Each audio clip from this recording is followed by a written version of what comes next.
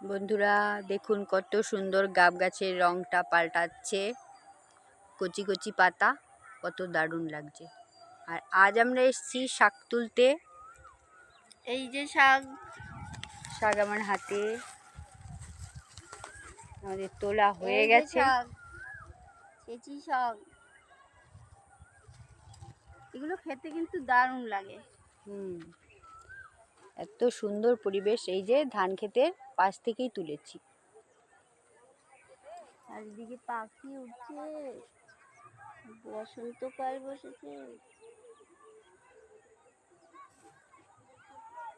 আমার দিদি সর্ষে কেটে কেটে এক জায়গা বোঝাই করছে, আমার মাও সর্ষে কাটছে।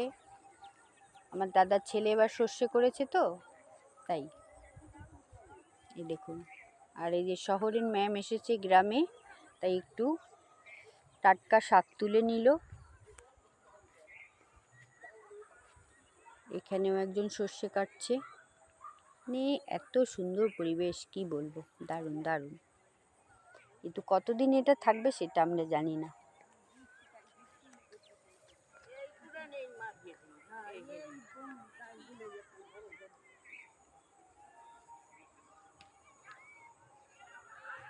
হলো সর্ষে তোলা।